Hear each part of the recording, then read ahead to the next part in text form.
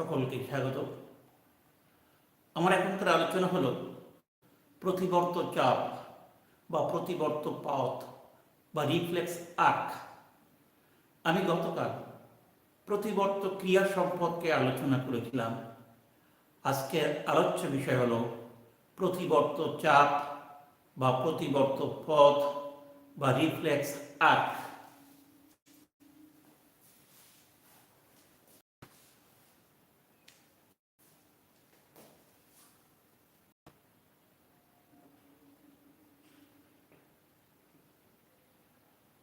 প্রতিবর্ত চাপ, প্রথমে যে বিষয়গুলো আলোচনা করব তা আমি এখানে পরপর লিপিবদ্ধ করছি। 1. প্রতিবর্ত চাপ কি?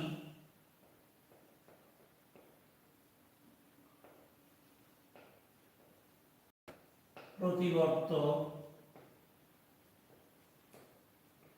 চাপ কি বা কাকে বলে? প্রতিবর্ত চাপে বিভিন্ন অংশ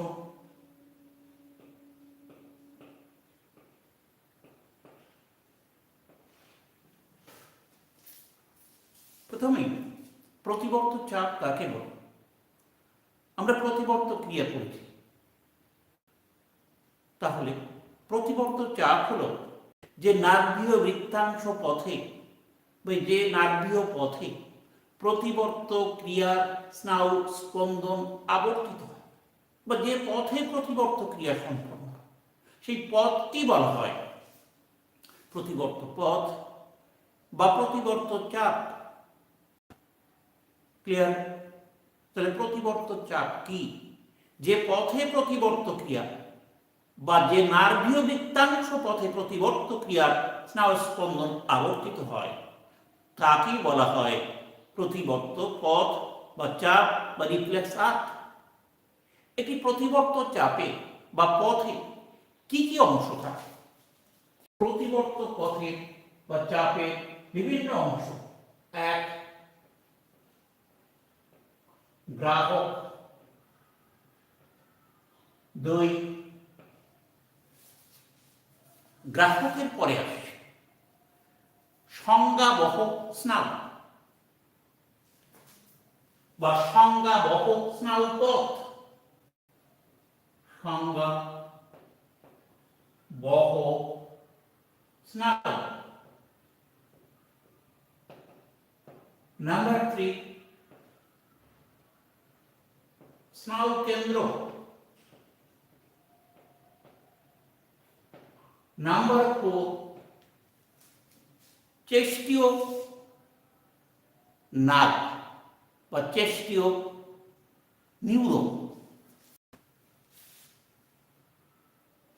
চেষ্টীয় বা মোটর নার্ভ বা স্নায়ু। নাম্বার 5 হল কারক অঙ্গ বা ইফেক্টর অর্গান। এই 5টি অংশ যদি এটাকে চিত্র আকারে দেখে তাহলে কিরকম দেখে?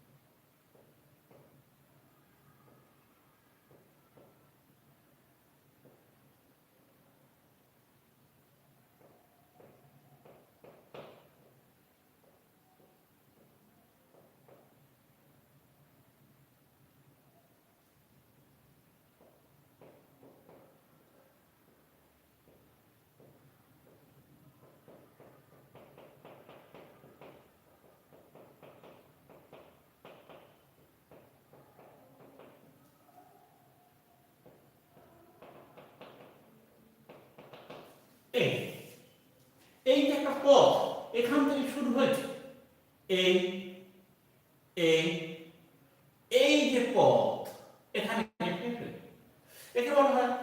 গ্রাহক, গ্রাহক এটা সংজ্ঞাবহ নিউরন, সংজ্ঞাবহ নিউরন বা নার্ভ, নিউরন দিয়ে নার্ভ তৈরি। এটা হলো স্নায়ু কেন্দ্র, স্নায়ু কেন্দ্র। এটা হলো চেষ্টীয় নার্ভ বা চেষ্টীয় নিউরন, যেটা দিয়ে নার্ভ তৈরি হয়েছে। এটা হলো কারক অঙ্গ।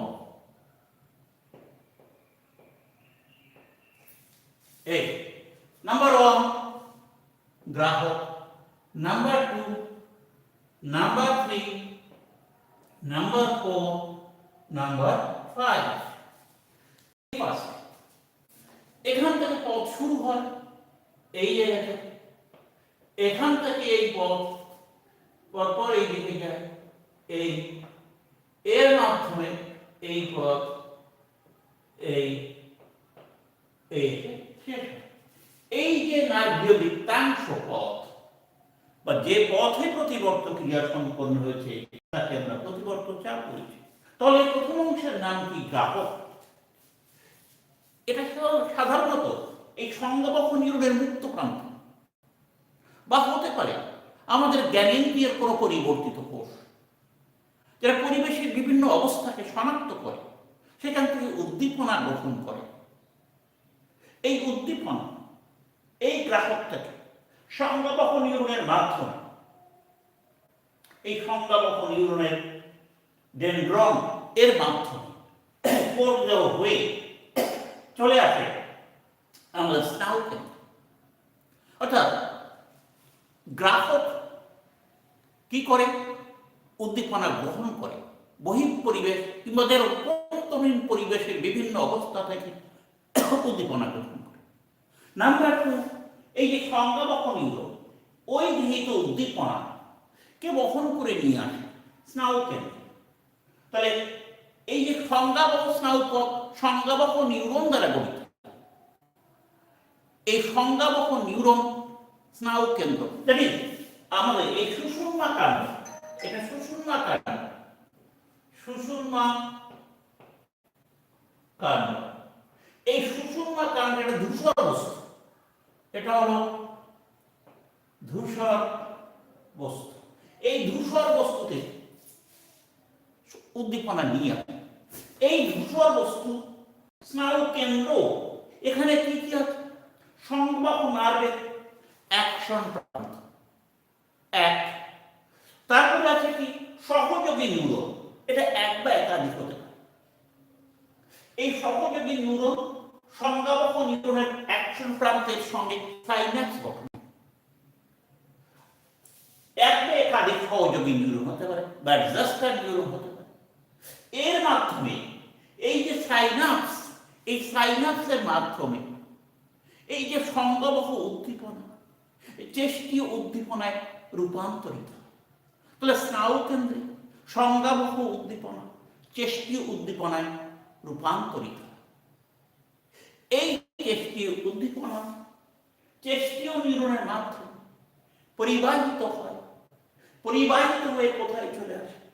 কারক অঙ্গে চলে আসে। এই কারক অঙ্গ হল বিভিন্ন প্রকার পেশি এবং গ্রন্থি, যার সংকোচনে আমাদের উদ্দীপনায় সাড়া দেওয়ার কাজ সম্পন্ন হয় বা গ্রন্থির ক্ষরণ কার্য সম্পন্ন হয়। যেমন হাতে আগুনের স্যাটেলাইট, হাতের ত্বকে অবস্থিত গ্রাহক উদ্দীপনা গ্রহণ করে। ওই গ্রাহক থেকে সংজ্ঞাবহ নিউরনের মাধ্যমে, মানে হাতের তালু থেকে ওই সংজ্ঞাবহ নিউরনের মাধ্যমে আমাদের সুষুম্না কাণ্ডে কোথায়? এই যে স্নায়ু কেন্দ্রে উদ্দীপনা পরিবাহিত। এখানে এসে ওই সংজ্ঞাবহ উদ্দীপনা চেষ্টীয় উদ্দীপনায় রূপান্তরিত। সেখান থেকে আবার এই চেষ্টীয় নিউরনের মাধ্যমে আমাদের হাতের পেশিতে কি আছে? ওই চেষ্টীয় উদ্দীপনা চলে আসে। হাতের পেশি সাড়া দেয় উদ্দীপনা, অর্থাৎ পেশি সংকুচিত হয়, হাতটা দ্রুত এবং তৎক্ষণাৎ আগুন থেকে সরে আসে। এইভাবে প্রতিবর্ত পথের মাধ্যমে প্রতিবর্ত ক্রিয়া সম্পন্ন হয়। এই হল প্রতিবর্ত চাপের বিভিন্ন অংশ এবং তার মাধ্যমে কিভাবে প্রতিবর্ত ক্রিয়া সম্পন্ন হয়। নেক্সট আলোচনা আমাদের এই প্রতিবর্ত পথ বা প্রতিবর্ত চাপের বিভিন্ন প্রকারভেদ আছে। এটা যে আমরা দেখলাম বিভিন্ন নিউরন এবং সাইনাস সহযোগী নিউরন অংশগ্রহণ করেছে, তাহলে এই প্রতিবর্ত পথে অবস্থিত সাইনাস বা সন্ধি এবং নিউরনের সংখ্যার উপর ভিত্তি করে প্রতিবর্ত পথ বা চাপকে বিভিন্নভাবে ভাগ করা। দেখেন এই ভাগগুলো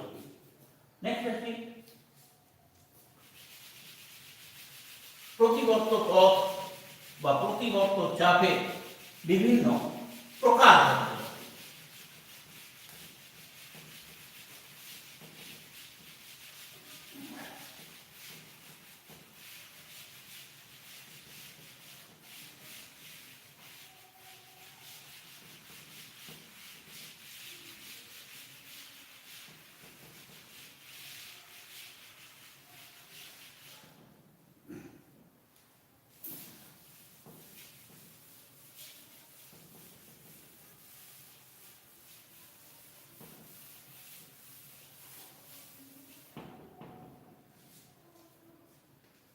প্রতিবর্ত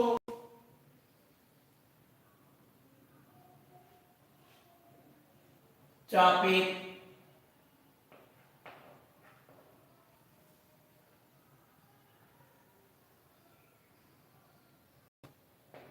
প্রকার।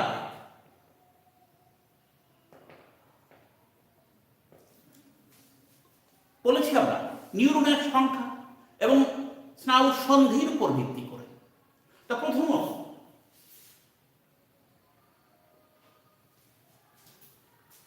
অসন্ধি বা সন্ধিবিহীন বা আসাইনেপটিক প্রতিবর্ত চাপ, যেখানে কোনো সন্ধি থাকে না, একটি মাত্র নিউরন অংশগ্রহণ করে। তাহলে অসন্ধি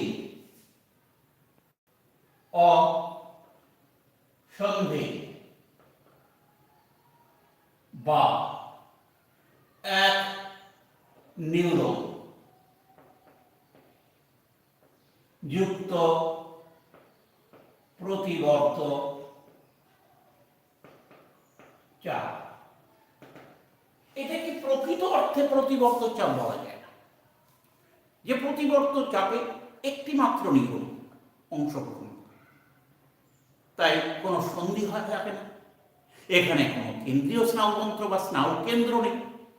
একটি নিউরনে সাধারণত ডেনড্রন, তারা হচ্ছে সংজ্ঞাবহ পাঠ, গ্রাহক থেকে উদ্দীপনা গ্রহণ করে এবং এই নিউরনের অ্যাকশন কেন্দ্রীয় স্নায়ুতন্ত্রে প্রবেশ না করে সরাসরি তার সে অ্যাকশন বা বহির্বাহী শাখা রূপে কারক অঙ্গে প্রবেশ করে। কোনো স্নায়ু কেন্দ্র থাকে না, কোনো সাইনাস থাকে না। একে বলা হয় অসংখ্য